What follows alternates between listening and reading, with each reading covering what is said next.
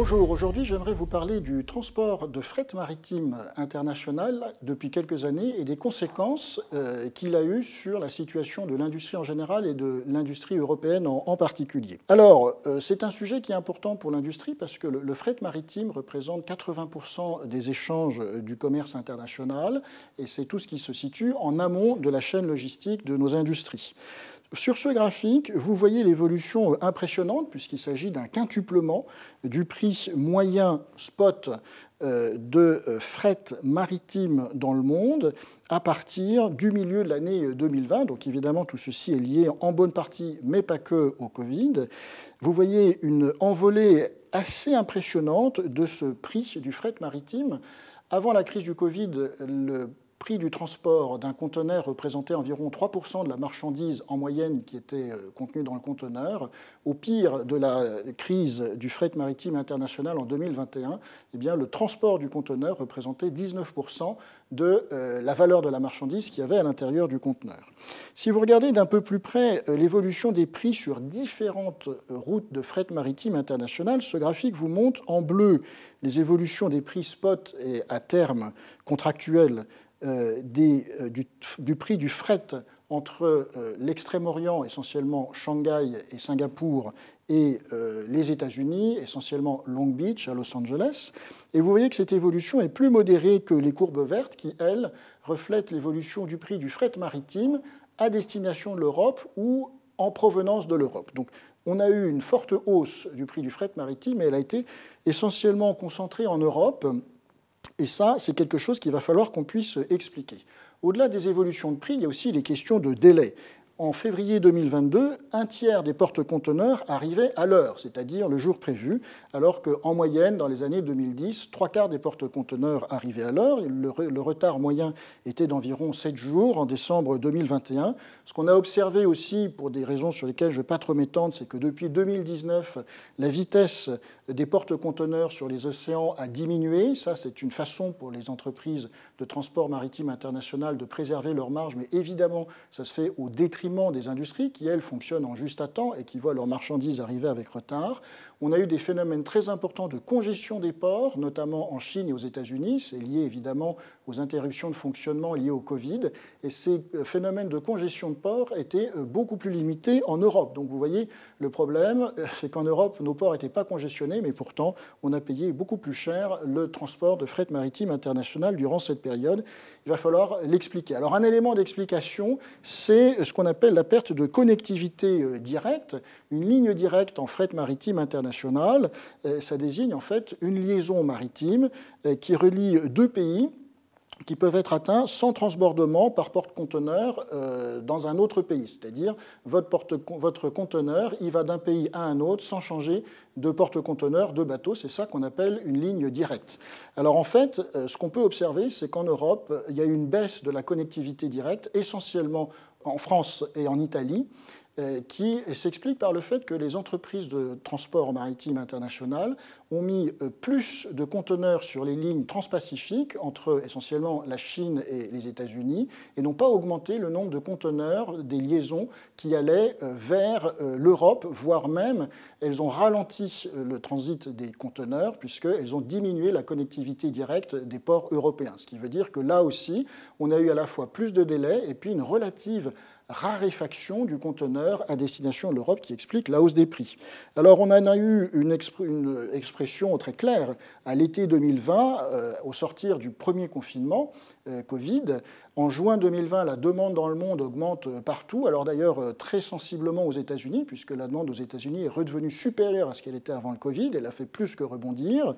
Et ce qu'on a observé, c'est qu'en fait, pendant 3 mois à l'été 2020, eh bien, les entreprises de transport de fret maritime n'ont pas mis beaucoup plus de conteneurs disponibles sur le marché, elles ont donc organisé la rareté, ça n'aurait pas été le cas si le secteur avait été concurrentiel, et donc pendant 3 mois, les prix du fret maritime se sont envolés à l'été 2020, et c'est le résultat en fait d'une stratégie de cartel des 10 grands transporteurs maritimes internationaux.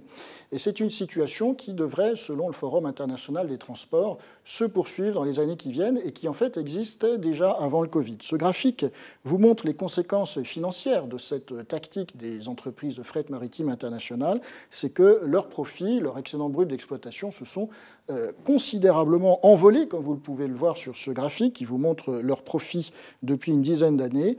Ces 10 entreprises ont à elles seules réalisé à peu près 160 milliards de dollars de marge brute sur les seuls exercices 2020 et 2021. Tout cela reflète des hausses de prix, tout cela aussi reflète des phénomènes liés à la congestion des ports. Le conteneur était devenu une ressource rare, ce qui est rare et cher, et en l'occurrence, eh bien, ce sont les entreprises de transport maritime international qui en ont profité, et ceux qui en ont pâti, c'est évidemment les importateurs, donc les industriels, et comme on l'a vu, essentiellement les industriels européens, et on pourrait montrer que c'est notamment les industriels italiens et français. Pas de chance. Alors, comment expliquer ce comportement de cartel? Vous le voyez sur ce petit schéma qui vous montre 6 transporteurs de fret maritime international.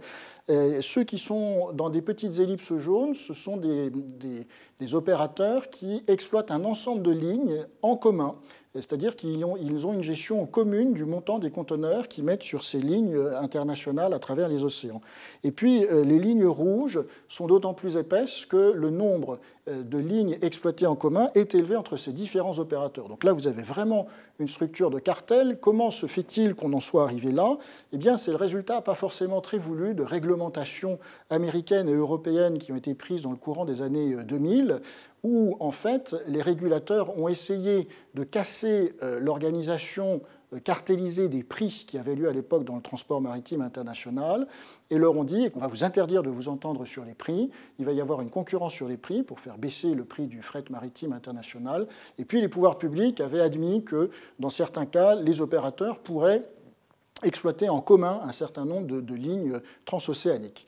Ce qui est arrivé, c'est une forte concentration du secteur, puisqu'il y a eu une guerre des prix, et donc on a cherché les effets d'échelle, il y a eu des fusions-acquisitions, l'émergence de géants du secteur, aujourd'hui cartélisés entre 10 très grandes entreprises. Il y a aussi une course à la taille des bateaux. Aujourd'hui, un bateau, c'est un porte-conteneurs, ça peut transporter à peu près 900 millions de boîtes de conserve sur un seul bateau. Et puis, en fait, les opérateurs se sont beaucoup plus mis d'accord pour gérer en commun la ressource de conteneurs sur les océans que ce qui avait été anticipé.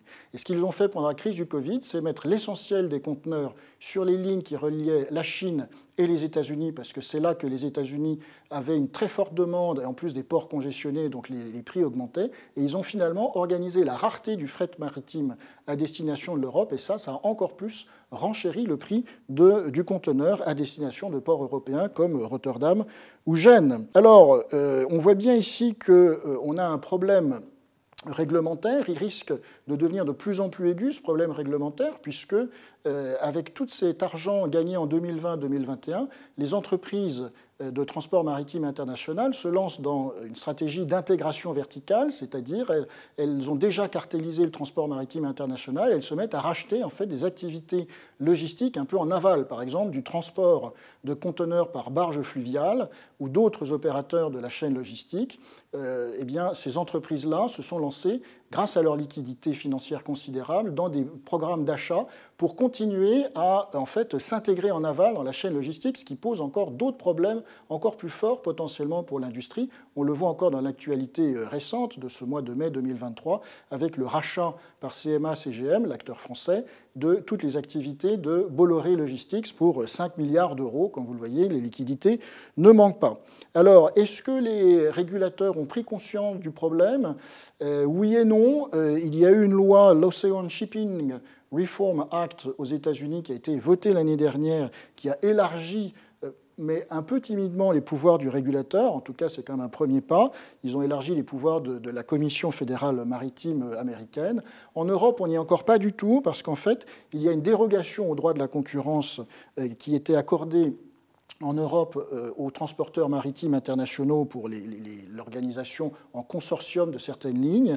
Eh bien, cette dérogation a été prolongée en avril 2020, en plein pendant le premier confinement, jusqu'en 2024. Et donc, la structure cartélisée du fret maritime international devrait perdurer à l'avenir en Europe si rien n'est fait, et ça pourrait même s'aggraver s'il continue à s'intégrer en aval.